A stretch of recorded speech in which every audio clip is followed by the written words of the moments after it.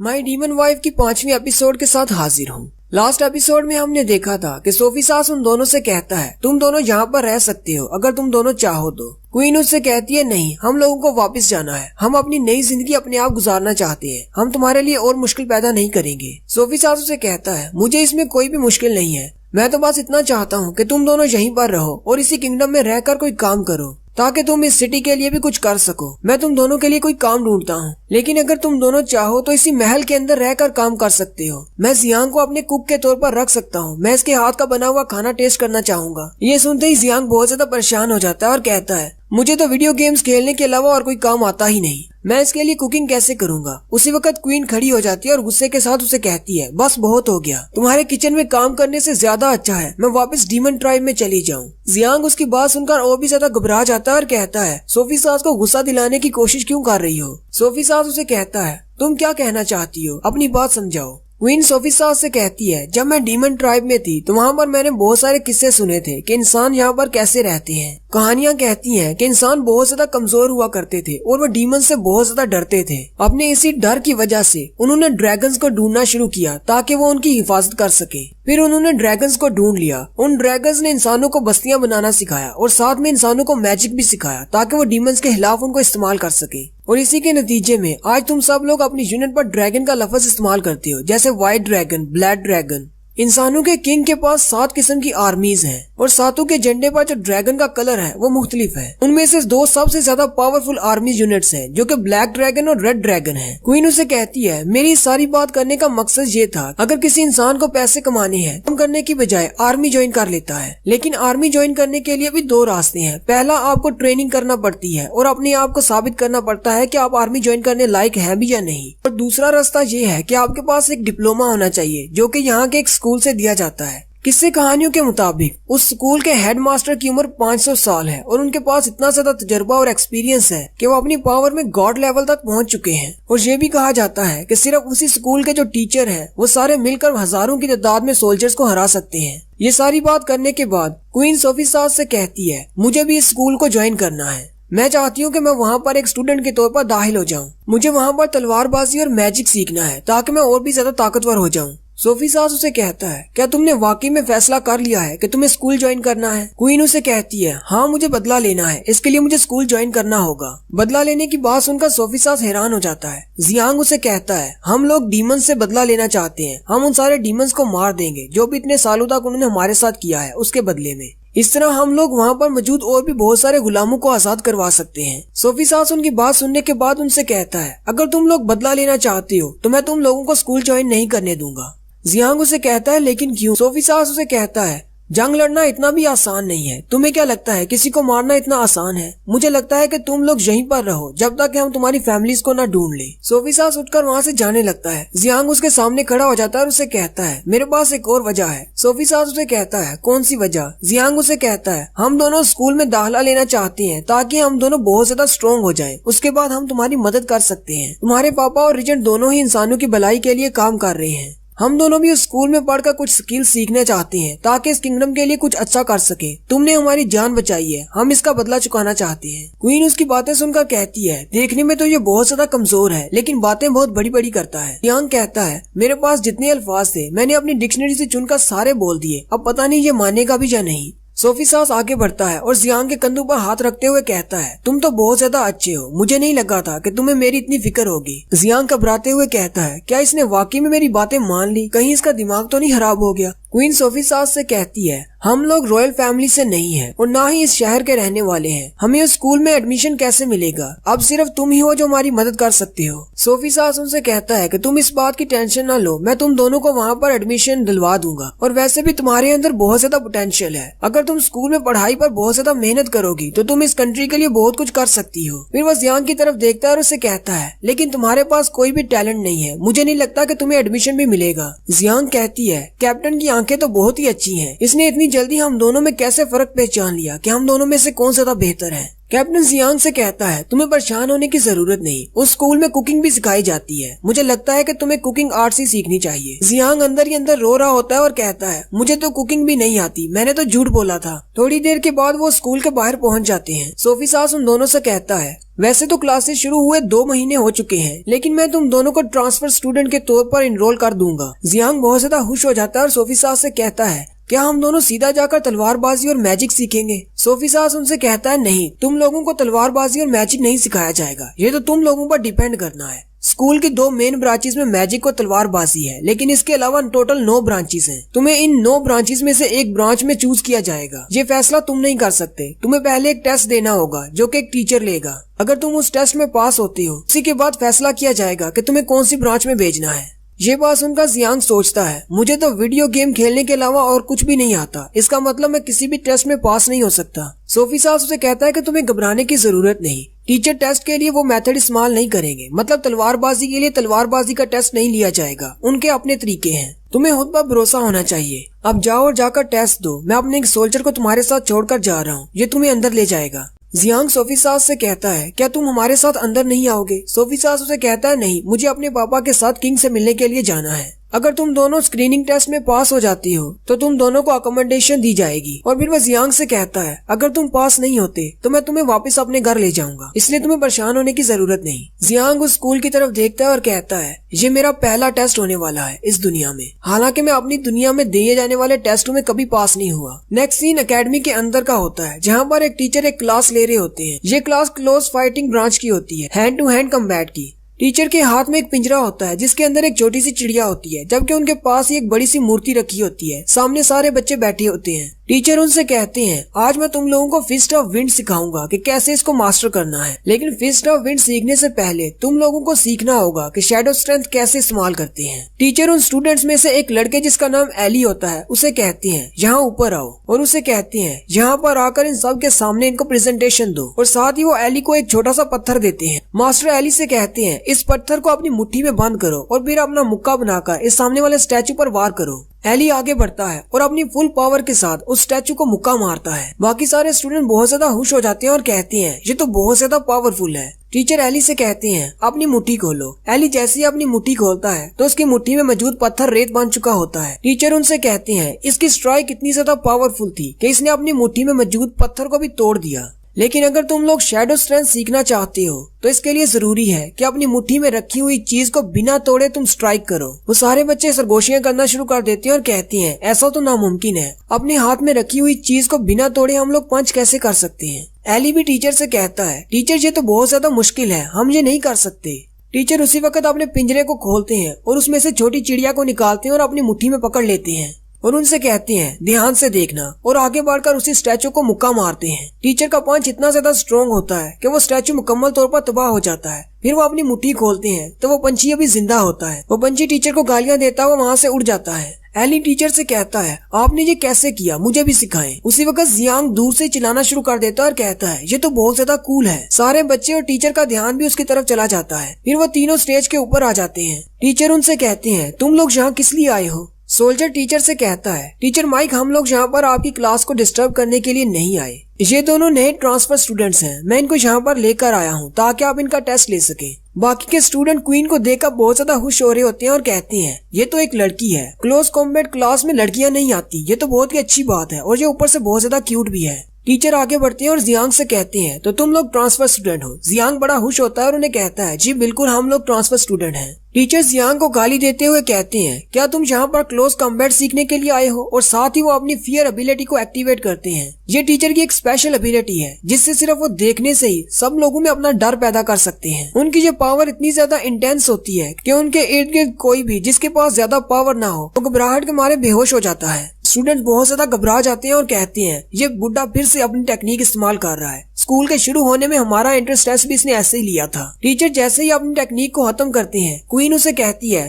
क्या अब हम लोग तलवारबाजी और मैजिक सीखने के लिए जा सकते हैं? टीचर उसे देखकर खुश हो जाते हैं और उसे कहते हैं तुमने मेरा टेस्ट पास कर लिया है, तुम्हें तो मेरी क्लास में होना चाहिए। क्वीन उसे कहती है मुझे माफ कर दो, मैं यहाँ पर सिर्फ मैजिक और तलवारबाजी सीखने के लिए आई हूँ। टीचर उसे कहते हैं अच्छा ठीक है। फिर वो जियांग की तरफ देखते हैं। जियांग चुपचाप खड़ा होता है। टीचर उसे कहते हैं मुझे लगता है कि यह भी बिल्कुल ठीक है। जियांग वहाँ पर चुपचाप खड़ा होता है। टीचर और सारे बच्चे वहाँ से चले जाते हैं। सोल्जर आगे बढ़ता है और जियांग के कंधे पर हाथ रखते हुए उसे कहता है चलो अब बस करो, हमें दूसरे टीचर के पास भी जाना है। लेकिन उसके हाथ लगाते ही जियांग के मुंह से जाग निकलती है और वह जमीन पर गिर जाता है। वो सोल्जर जियांग को संभाल रहा होता है जबकि क्वीन कहती है ये इंसानी कचरा तो बहुत ज्यादा कमजोर है। और यहीं पर हमारी 5वीं एपिसोड का एंड होता है। एक्सप्लेनेशन अच्छी लगी हो तो कमेंट करके जरूर बताएं। चैनल को सब्सक्राइब कर दें, वीडियो को लाइक और शेयर कर दें। शुक्रिया।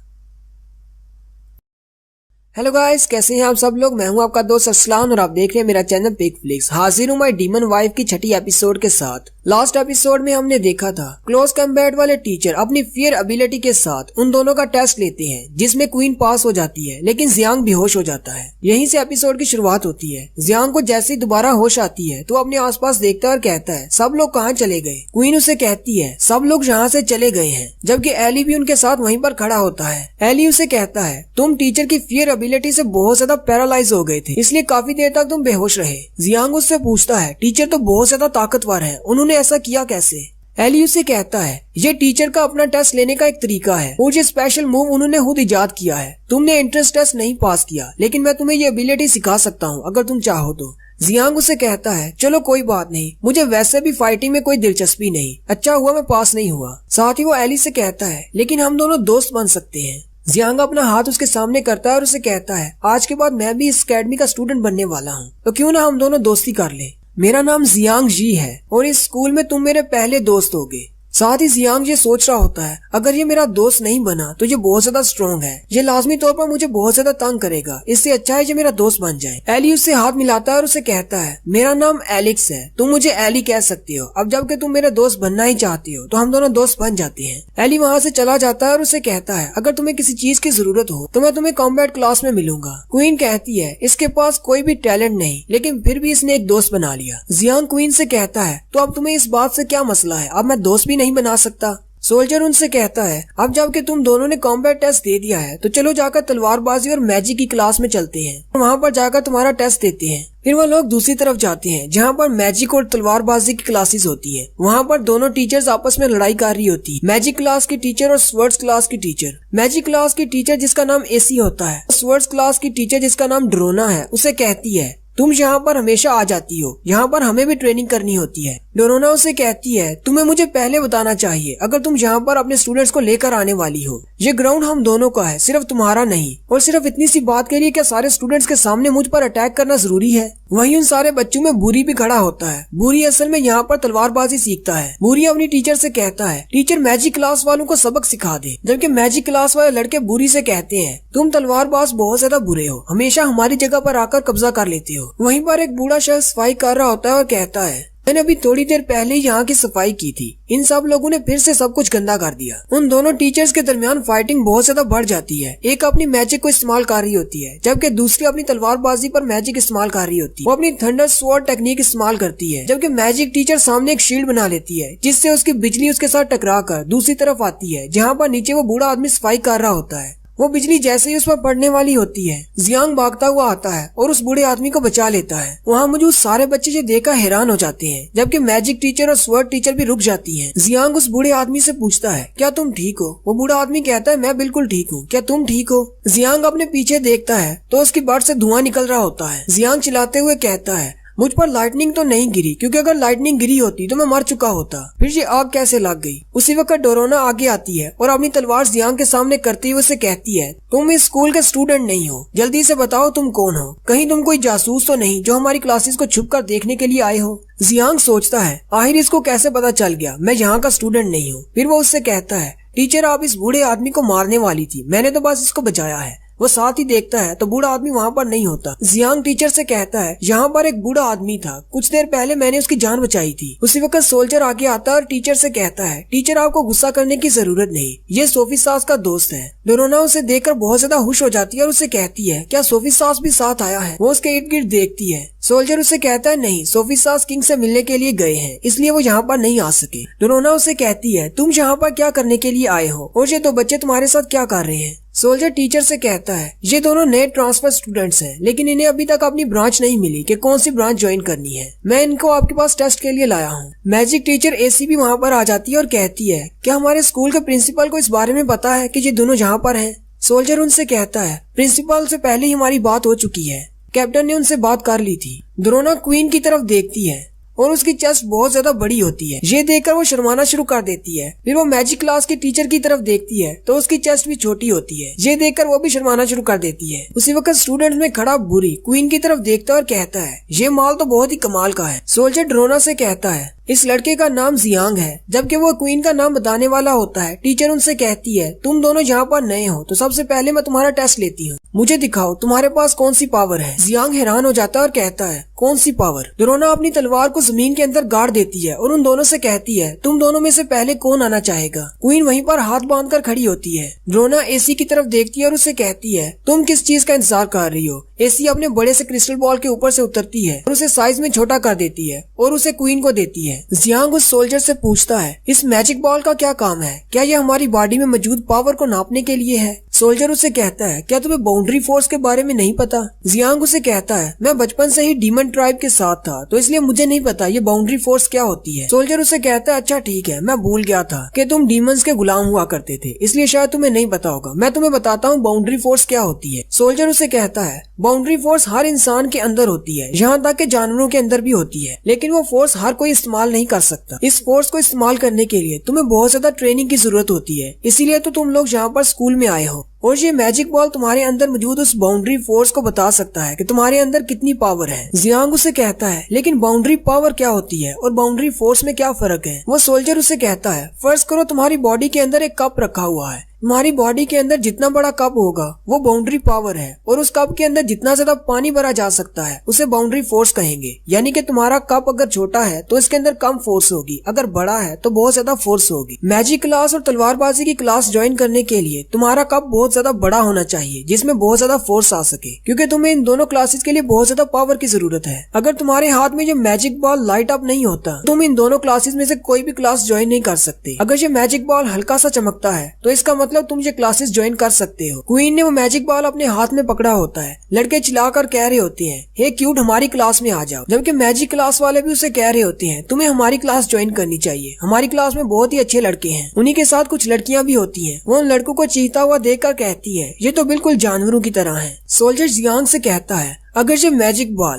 क्वीन के हाथ में थोड़ा सा चमकता है तो इसका मतलब वो मैजिक क्लास ज्वाइन कर सकती है। जियांग उससे पूछता है अगर ये बिल्कुल भी नहीं चमकता तो फिर क्या होगा? सोल्जर उसे कहता है तो इसका मतलब ये होगा कि उसे ना तो मैजिक सीखने दिया जाएगा और ना ही तलवारबाजी, उसे कोई और क्लास ज्वाइन करना होगी। ड्रोना कहती है सोफी सास ने इसको यहाँ पर इसलिए भेजा होगा क्योंकि इसके बूब्स बहुत ज्यादा बड़े हैं, इसके अलावा मुझे नहीं लगता कि इसके पास कोई टैलेंट भी होगा। ड्रोना क्वीन से कहती है तुम्हें ये मैजिक बॉल पकड़े हुए काफी देर हो गई, मुझे लगा था तुम्हारे पास कुछ पोटेंशियल होनी चाहिए। एसी ड्रोना से कहती है तुम अपना मुंह बंद रखो, इसे अभी कॉन्सेंट्रेट करने दो। थोड़ी ही देर के बाद क्वीन के हाथ में वो मैजिक बॉल बहुत ज्यादा चमकना शुरू कर देता है जिसकी शाइन बहुत ज्यादा होती है। सभी लोग ये देखकर बहुत ज्यादा हैरान हो जाते हैं। क्वीन के हाथ से वो मैजिक बॉल उड़ता हुआ सीधा एसी के पास चला जाता है। एसी उससे पूछती है क्या तुमने अपने पास्ट में कभी मैजिक सीखा है? क्वीन उसे कहती है मैंने कुछ मैजिक सीखा था लेकिन पता नहीं कैसे हुआ, मेरी बाउंड्री फोर्स कहीं गुम हो गई। एसी उसकी तरफ देखकर सोचती है मुझे इसके अंदर जरा भी बाउंड्री फोर्स महसूस नहीं हो रही, लेकिन इसकी बाउंड्री पावर बहुत ज्यादा है। मैंने इस जैसा स्टूडेंट अपनी जिंदगी में पहले कभी नहीं देखा।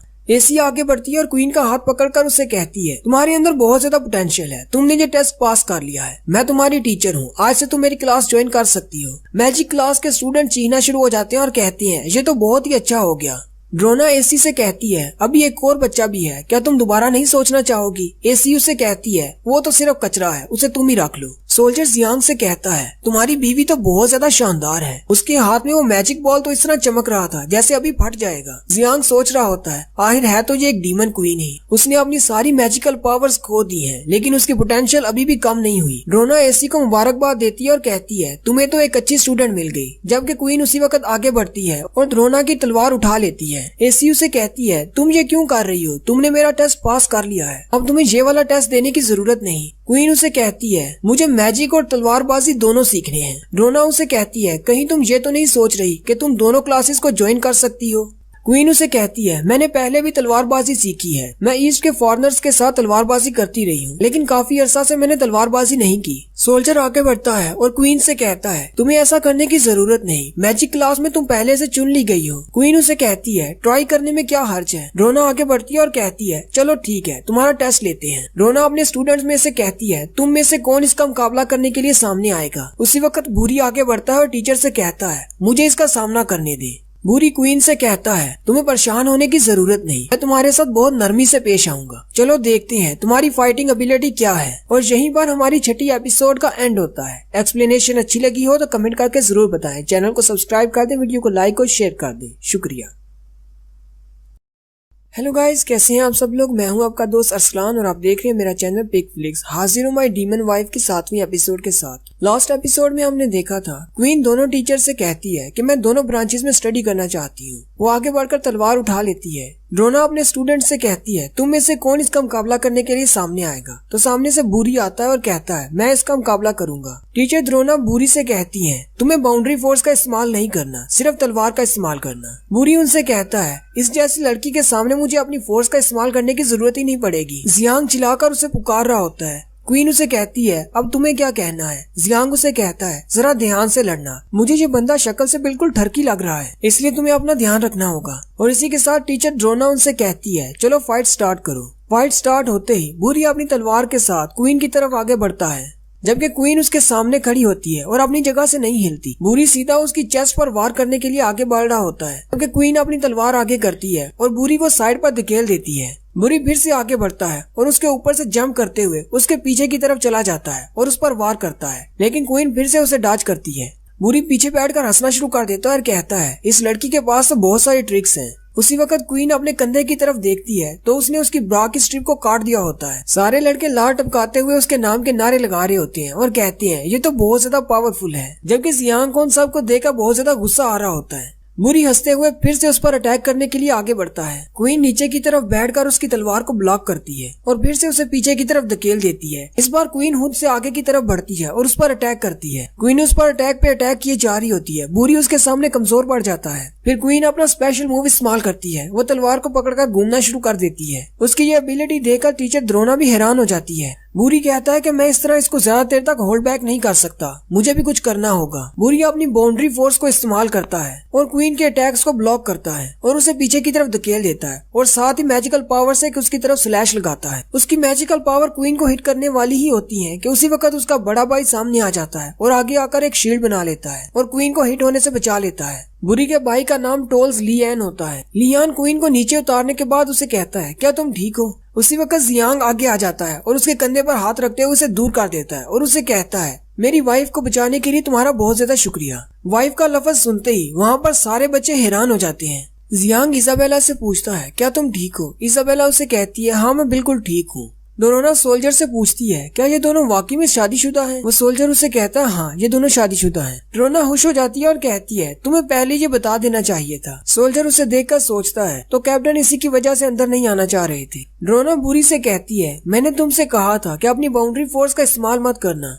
बुरी उनसे कहता है, मैंने अपने सेल्फ डिफेंस में इस्तेमाल की है, इसमें मेरी कोई गलती नहीं। मैजिक टीचर आगे बढ़ती है और बुरी से कहती है, तुम्हारा भाई तुमसे बहुत ज्यादा स्ट्रॉन्ग है, तुम कभी उसके नजदीक भी नहीं पहुंच पाओगे। ये बात सुनकर बुरी को बहुत ज्यादा गुस्सा आता है। मैजिक वाली टीचर आगे बढ़ती है और जियांग से कहती है, ये मेरा स्टूडेंट है, इसका नाम लियान है। टीचर लियान से कहती है, मुझे लगता है कि तुम्हें अपनी टक्कर का कोई मिल गया है। लियान उनसे कहता है, मैं कोशिश करूंगा कि बहुत ज्यादा स्ट्रॉन्ग बनूं। ड्रोना क्वीन से कहती है, मुझे लगता है शायद तुमने अपने स्वर्ड स्किल मूचिया से सीखे हैं। क्वीन उसे कहती है, हाँ बिल्कुल, मैंने मास्टर मूचिया से ही सीखे हैं। मूचिया एक फेमस स्वर्ड्समैन है जिसको गॉड ऑफ स्वर्ड भी कहा जाता है। स्टूडेंट्स भी ये बात सुनकर हैरान हो जाते हैं और कहते हैं, तो क्या ये वाकई में मास्टर मूचिया की स्टूडेंट रह चुकी है, इसीलिए ये बहुत ज्यादा पावरफुल है। ड्रोना उससे कहती है, मैं भी टीचर मोचिया से कुछ अर्सा सीखती रही हूँ, इसलिए मुझे पता था कि तुमने जो मूव इस्तेमाल किया वो टीचर मोचिया का था। क्वीन टीचर से कहती है, लेकिन थोड़ी देर पहले जो तुम स्किल्स इस्तेमाल कर रही थी वो तो टीचर मोचिया से भी ज्यादा अच्छे थे। टीचर हंसते हुए से कहती है, तुम तो बहुत ही अच्छी नजर रखती हो। चलो ठीक है, मैं तुम्हें अपनी स्टूडेंट मानती हूँ। आज से मैं तुम्हें तलवारबाजी सिखाऊंगी। ड्रोना की क्लास के लड़के बहुत ज्यादा खुश हो जाते हैं और कहते हैं, चलो एक हॉट लड़की हमारी क्लास में आने वाली है। जबकि मैजिक की क्लास के लड़के कहते हैं, ये लोग इतना ज्यादा खुश क्यों हो रहे हैं, जबकि उसने अभी तक डिसाइड नहीं किया उसने कौन सी क्लास में जाना है। मैजिक टीचर ऐसी आगे बढ़ती है और ड्रोना से कहती है, तुम्हारा क्या मतलब है कि तुम उसे अपनी क्लास में ले रही हो? मैं उसे पहले ही अपनी स्टूडेंट मान चुकी हूँ। ड्रोना उसे कहती है, क्या तुमने देखा नहीं वो किस तरह तलवारबाजी करती है? वो मैजिक से ज्यादा तलवारबाजी में ज्यादा माहिर रहेगी। सोल्जर आगे बढ़ता है और जीबी यानी कि क्वीन से कहता है, तुम कौन सी क्लास में जाना चाहोगी? क्वीन उनसे कहती है, मुझे तो अभी खुद भी समझ नहीं आ रही कि मुझे कौन सी क्लास में जाना है। वो दोनों टीचर्स कहती हैं, तो क्यों ना हम दोनों फाइट करके डिसाइड कर लें कि इसे कौन सी क्लास में जाना चाहिए। उसी वक्त जियांग आगे बढ़ता है और उनसे कहता है, मेरे बारे में क्या, मेरा भी टेस्ट लें। जियांग बहुत ज्यादा एक्साइटेड होता है और उनसे कहता है, प्लीज मेरा भी टेस्ट लें, मुझे भी अपना टेस्ट देना है। मैजिक टीचर एसीयू से कहती है, अच्छा ठीक है। वो अपना मैजिक बॉल जियांग को देती है। जियांग उस मैजिक बॉल को अपने हाथ में पकड़कर बहुत ज्यादा खुश हो जाता है और कहता है, मैंने अपनी पूरी जिंदगी इसके सपने देखे हैं। अब चूंकि मैं दूसरी दुनिया में एक हीरो के तौर पर आया हूँ, तो क्या पता मेरे पास इतनी ज्यादा मैजिकल पावर हो कि मैं इस पूरी दुनिया का राजा बन जाऊँ। क्या पता मेरी मैजिकल पावर इतनी ज्यादा हो कि इस मैजिकल बॉल की चमक इतनी ज्यादा हो कि सारे अंधे हो जाएं। जबकि उसके पीछे खड़े स्टूडेंट्स बातें कर रहे होते हैं, क्या ये उस लड़की से ज्यादा स्ट्रॉन्ग होगा? जियांग उस मैजिकल बॉल को हाथ में पकड़कर खड़ा होता है। ऐसे ही 3 मिनट गुजर जाते हैं। वही स्टूडेंट बातें करना शुरू कर देते हैं और कहते हैं, ये तो बिल्कुल कचरा है, अभी तक कुछ भी नहीं हुआ, इसके पास तो जरा सी भी मैजिकल पावर नहीं। जियांग बेचारा चुपचाप खड़ा होता है अपने हाथ में मैजिकल बॉल लेकर। वो कह रहा होता है, काश ये थोड़ा सा चमक जाए। बुरी और उसके दोस्त हंसना शुरू कर देते हैं और कहते हैं, ये तो बिल्कुल बेकार है। एसी आगे बढ़ती है और उसके हाथ से मैजिकल बॉल ले लेती है और उसे कहती है, मुझे तो पहले से ही पता था कि तुम एक यूजलेस स्लम्बर हो। मैंने तो सिर्फ इसीलिए तुम्हारा टेस्ट ले लिया ताकि तुम उदास ना हो जाओ कि मेरा टेस्ट नहीं लिया गया। जियांग टीचर से कहता है, क्या मैं ये बात पूछ सकता हूँ कि यूजलेस स्लम्बर क्या होता है? सोल्जर आगे बढ़ता है और उसे कहता है, यूजलेस स्लम्बर एक लकड़ी का नाम है। एक ऐसी लकड़ी जो ना तो जलाने के काम आती है और ना ही और कोई चीज उससे बनाई जा सकती है। उसी लकड़ी के नाम पर हमारे यहाँ जो भी स्टूडेंट्स आते हैं जिनके पास मैजिकल पावर्स नहीं होती, उन्हें यूजलेस स्लम्बर कहा जाता है। जियांग उदास हो जाता है और कहता है, इसका मतलब मैं ना तो तलवारबाजी सीख सकता हूँ और ना ही मैजिक सीख सकता हूँ। एसीयू से कहती है, अगर तुम्हारे पास बाउंड्री फोर्स नहीं है तो तुम मैजिक परफॉर्म नहीं कर सकते। ड्रोना उसे कहती है, तुम तलवारबाजी सीख सकते हो, लेकिन तुम्हारी तलवारबाजी उस इंसान के सामने बेकार है जो कि पहले से बाउंड्री फोर्स इस्तेमाल कर रहा हो। जियांग और भी ज्यादा परेशान हो जाता है और उनसे कहता है, क्या कोई और रास्ता नहीं है? बुरी उससे कहता है, क्या तुम कोई बेवकूफ हो? क्या तुम्हें समझ नहीं आती? तुम यूजलेस लंबर हो। जियांग को उसी वक्त सोफी सास की बात याद आती है। सोफी सास ने उससे कहा था कि तुम्हारे अंदर जरा सी भी पोटेंशियल नहीं है। ये देखकर क्वीन उनसे कहती है, एक बार दोबारा से इसे कचरा बोलकर दिखाओ, फिर मैं तुम्हें बताती हूँ। बुरी उसे कहता है, क्या तुम फिर से मुझसे फाइट करना चाहती हो? ये बात सुनते ही जियांग आगे बढ़ता है और क्वीन की कमर पर हाथ रखते हुए उनसे कहता है, तो क्या हुआ, मेरे पास मैजिकल पावर्स नहीं है, मेरे पास इतनी खूबसूरत और प्यारी बीवी जो है ये मुझे प्रोटेक्ट करेगी। फिर जियांग सोल्जर से कहता है, चलो बाकी के ट्रेड्स में जाकर देखते हैं, क्या पता मैं भी किसी क्लास में सिलेक्ट हो जाऊं। जाने से पहले जियांग क्वीन से कहता है, तुम्हें यहीं पर रुकना होगा, खूब सारी मेहनत करना ताकि तुम तलवारबाजी और मैजिक में बहुत अच्छी हो जाओ। ड्रोना आती है और क्वीन से कहती है, अब जबकि वो लड़का चला गया है तो चलो वापस क्लास में चलते हैं। एसीयू से कहती है, नहीं ये मेरी स्टूडेंट है, ये मेरे साथ क्लास में जाएगी। वो दोनों फिर से वहीं पर बहस करना शुरू कर देती हैं, जबकि जियांग और सोल्जर दूसरी तरफ चले जाते। चलते हुए जियांग उस सोल्जर से कहता है, अगर मैं अपनी बाउंड्री फोर्स को इस्तेमाल नहीं कर सकता तो क्या मैं स्कूल में एडमिशन नहीं ले सकता? सोल्जर उसे कहता है, नहीं ऐसी बात नहीं है, बिना बाउंड्री फोर्स के भी तुम बहुत सारी क्लासेस में ज्वाइन कर सकते हो। यहाँ पर और भी ऐसी ब्रांचेस है जहाँ पर बाउंड्री फोर्स का इस्तेमाल नहीं होता। जियांग सोचता है, मुझे लगता है शायद मैं एक कुक की बनने वाला हूँ। सोल्जर उसे कहता है, हम लोग अगली क्लास में पहुँच गए हैं। जियांग उससे पूछता है, ये कौन सी क्लास है? सोल्जर उसे कहता है, ये फोर्जिंग की क्लास है, यहाँ पर वेपन्स बनाए जाते हैं। जियांग जैसे ही अंदर आता है तो सामने सारे बच्चे हाथ में पेंसिल और कागज लेकर बैठे होते हैं और वो सारे एक तलवार की पिक्चर बना रहे होते हैं। सामने स्टेज पर एक तलवार होती है और वो सारे उसी की पिक्चर बना रहे होते हैं। जियांग उनकी पिक्चर्स देखकर कहता है, ये तो बहुत ही बुरी ड्राइंग कर रहे हैं। वो करीब जाकर एक लड़के की ड्राइंग देखता है और कहता है, ये तो बहुत ही गंदी है। लड़का ये बात सुन लेता है और पीछे घूमकर कहता है, तुमने अभी क्या कहा? जियांग उसे कहता है, मैंने कुछ नहीं कहा, मैं यहाँ पर नया ट्रांसफर स्टूडेंट हूँ और यहाँ पर टेस्ट देने के लिए आया हूँ। जियांग सोल्जर से पूछता है, ये सब लोग तो फोर्जरी क्लास में है, तो फिर ये लोग ड्राइंग्स क्यों बना रहे हैं? इन्हें तो वेपन्स बनाने चाहिए। उसी वक्त पीछे से क्लास के टीचर आते हैं और उसे कहते हैं, मुझे लगता है कि तुम्हें फोर्जरी के बारे में कुछ भी नहीं पता। यहाँ पर मेटल को कूटकर हथियार नहीं बनाए जाते। फोर्जरी क्लास के टीचर का नाम मार्टिन होता है। टीचर मार्टिन बच्चों से कहते हैं, आप लोग ड्राइंग बनाना जारी रखो। फिर वो जियांग से कहते हैं, क्या तुम्हें नहीं पता, हमारी इस क्लास में हम कुछ भी बना सकते हैं, जो भी बनाना चाहें। सोल्जर टीचर मार्टिन को बताता है ये जब छोटा सा बच्चा था तभी इसे डीमन ट्राइब वाले उठाकर ले गए थे, इसलिए इसे हमारे बारे में कुछ भी नहीं पता। मार्टिन उसे कहते हैं अच्छा तो ऐसी बात है, चलो मैं तुम्हें करके दिखाता हूँ कि यहाँ पर हम हथियार कैसे बनाते हैं। टीचर सामने स्टेज की तरफ चले जाते हैं जहाँ पर वो तलवार होती है। टीचर अपनी कमर पर लगे हुए एक पेन को उतारते हैं और उस पेन को अपनी मैजिकल पावर से बड़ा कर लेते हैं और उस पेन की मदद से जमीन पर एक तलवार ड्रा करते हैं। जैसे ही उनकी तलवार की ड्राइंग मुकम्मल होती है मास्टर उसे कहते हैं जाग जाओ, और वो तलवार ड्राइंग में से बाहर निकल आती है और एक असली की तलवार बन जाती है। ये देखकर जियांग बहुत ज्यादा हैरान हो जाता है। टीचर उसे कहते हैं यहाँ ह्यूमन ट्राइब में हम लोग इस तरह अपने वेपन्स बनाते हैं। जियांग मार्टिन से कहता है क्या ये एक मैजिकल ब्रश था जिससे तुमने इस तलवार को बनाया है? क्या हम इससे कुछ भी बना सकते हैं? और यहीं पर हमारी 7वीं एपिसोड का एंड होता है। एक्सप्लेनेशन अच्छी लगी हो तो कमेंट करके जरूर बताएं। चैनल को सब्सक्राइब कर दें, वीडियो को लाइक और शेयर कर दें। शुक्रिया। माय डीमन वाइफ की 7वीं एपिसोड के एंड पे हमने देखा था जियांग हथियार बनाने वाली क्लास में चला जाता है। टीचर उसे एक पेन दिखाते हैं जिससे वो एक तलवार बनाते हैं। जियांग बहुत ज्यादा खुश हो जाता है और कहता है क्या ये एक मैजिकल पेन है? क्या हम इससे कुछ भी बना सकते हैं? टीचर मार्टिन स्टेज से नीचे उतर आते हैं और उसे कहते हैं हाँ तुम इससे कुछ भी बना सकते हो, लेकिन तुम्हारे पास गोल्ड अलॉय क्रिस्टल होना चाहिए जैसा कि मेरे पास है। मेरे पेन में एक क्रिस्टल लगा हुआ है। जियांग मार्टिन से कहता है तो इसका मतलब तुम मैजिक इस्तेमाल कर रहे हो? मार्टिन उसे कहता है नहीं, हम लोग यहाँ पर फोर्जरी करते हैं, मैजिक इस्तेमाल नहीं करते। जियांग उस तलवार को अपने हाथ में पकड़कर सोचता है अगर ये तलवार बना सकता है तो हम इससे गन्स भी बना सकते होंगे। जियांग टीचर मार्टिन से कहता है क्या इस क्रिस्टल को यूज करने के लिए हमें मैजिक की जरूरत होती है? टीचर मार्टिन उसे कहते हैं नहीं, ये सारा मैजिक इस क्रिस्टल का है, इसे तो कोई बच्चा भी इस्तेमाल कर सकता है। तुम्हारे अंदर मैजिकल पावर होने की जरूरत नहीं, लेकिन इन क्रिस्टल्स की बहुत सारी इकसाम है। जैसे कि मेरे पेन के ऊपर देखो, यहाँ पर गोल्ड एलॉय क्रिस्टल है, ये सबसे ज्यादा यूनिक है। इससे तुम कोई भी चीज बना सकते हो सिर्फ सोचने से ही। जियांग टीचर से कहता है इसका मतलब ये क्रिस्टल बहुत ज्यादा पावरफुल है, क्या इसको इस्तेमाल करने के लिए बाउंड्री फोर्स की जरूरत होती है? टीचर मार्टिन उसे फिर से कहते हैं नहीं, मैंने तुमसे कहा ना कि इसे मैजिक और ना ही बाउंड्री फोर्स की जरूरत है। ये क्रिस्टल खुद ब खुद एक मैजिक है। बाउंड्री फोर्स का लफ्ज सुनते ही वो सारी क्लास के लड़के चिल्लाना शुरू कर देते हैं और उसे कहते हैं बाउंड्री फोर्स होने में क्या स्पेशल है, हम लोग उनसे ज्यादा बेहतर हैं। जियांग उनकी बातें सुनकर घबरा जाता है। सोल्जर उसे कहता है तुम्हें ये बात नहीं करना चाहिए थी, क्योंकि यहाँ पर सारे यूजलेस लंबर हैं तुम्हारी तरह। इनमें से किसी के पास भी बाउंड्री फोर्स नहीं है, इसलिए इनके सामने इसका नाम भी मत लेना। ये बात सुनते ही जियांग बहुत ज्यादा खुश हो जाता है और कहता है ये तो बहुत ही अच्छी बात है, इसका मतलब ये सब मेरी तरह है, ये भी बेकार इंसान है। जियांग आगे बढ़ता है और टीचर मार्टिन की टांगे पकड़ लेता है और उनसे कहता है प्लीज मुझे अपना स्टूडेंट बना ले, मुझे यही क्लास ज्वाइन करनी है। टीचर मार्टिन खुश हो जाते हैं और उसे कहते हैं क्या तुम वाकई में ये आर्ट सीखना चाहते हो? जियांग चमकती हुई आंखों के साथ उनसे कहता है जी मैं जरूर ये सीखना चाहूंगा, क्योंकि मैं भी एक यूजलेस स्लम्बर हूँ। और वो साथ ही एक बच्चे से कागज और पेंसिल लेता है और एक प्यारी सी तस्वीर बनाकर दिखाता है। बाकी के बच्चे उसकी ड्राइंग आर्ट देखकर बहुत ज्यादा हैरान हो जाते हैं और कहते हैं तुम तो ड्राइंग में बहुत ज्यादा अच्छे हो।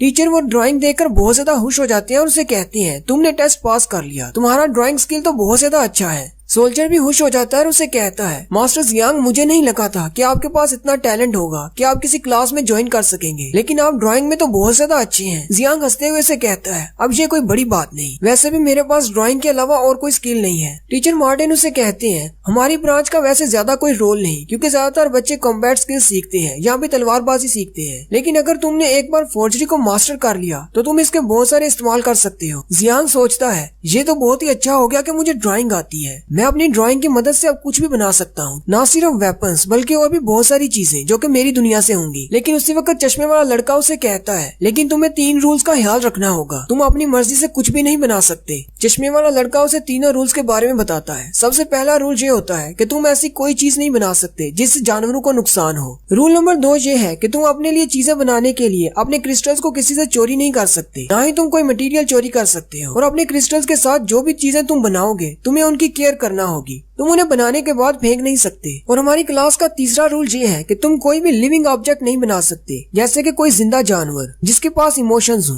जियांग सोचता है ये रूल्स तो काफी ज्यादा अच्छे हैं, क्योंकि टीचर मार्टिन बहुत ही नरम दिल है, इसलिए उनके रूल्स भी अच्छे हैं। जियांग फिर से टीचर के सामने घुटने टेक कर बैठ जाता है और टीचर मार्टिन से कहता है प्लीज मुझे एक्सेप्ट कर ले, मुझे ये क्लास ज्वाइन करनी ही है। वो सोल्जर भी टीचर मार्टिन से कहता है हमें यहाँ पर स्पेशल व्हाइट ड्रैगन टीम के लीडर ने भेजा है, अगर आप इसे अपना स्टूडेंट बना लेते हैं तो आपकी वैल्यू उनकी नजर में बढ़ जाएगी। चश्मे वाला लड़का टीचर से कहता है टीचर इसकी आर्ट बहुत ही अच्छी है और ये हमें ज्वाइन भी करना चाहता है, तो इसे रख लें। टीचर हंसते हुए से कहते हैं इस सब की जरूरत नहीं, मैं वैसे भी इसे रखने वाला हूँ। वो जियांग के कंधे पर हाथ रखते हुए कहते हैं मुझे इतना अच्छा स्टूडेंट मिल रहा है, मैं इसे क्यों जाने दूं। वे टीचर अपने पास से एक पेन निकालते हैं और उसे जियांग को देते हुए कहते हैं, ये पेन हर स्टूडेंट को दिया जाता है जो कि पहली बार क्लास में आता है। उस पेन के ऊपर एक छोटू सा क्रिस्टल लगा होता है। जियांग उस पेन को हाथ में पकड़कर बहुत ज्यादा खुश हो जाता है और कहता है, मुझे तो अभी से लग रहा है जैसे मेरे हाथ में जादू की छड़ी लग गई है। नेक्स्ट सीन रॉयल पैलेस का होता है। किंग अपने थ्रोन पर बैठी होती हैं, जबकि रीजेंट उनके सामने खड़े होते हैं। रीजेंट किंग से कहते हैं, हमें और ज्यादा इंतजार नहीं करना चाहिए, आपको जल्दी से फैसला करना है, हमें क्या करना है। उसी वक्त मास्टर गुरु और सोफी सास दोनों अंदर आ जाती हैं। किंग भी उन दोनों को देखकर बहुत ज्यादा खुश हो जाती हैं।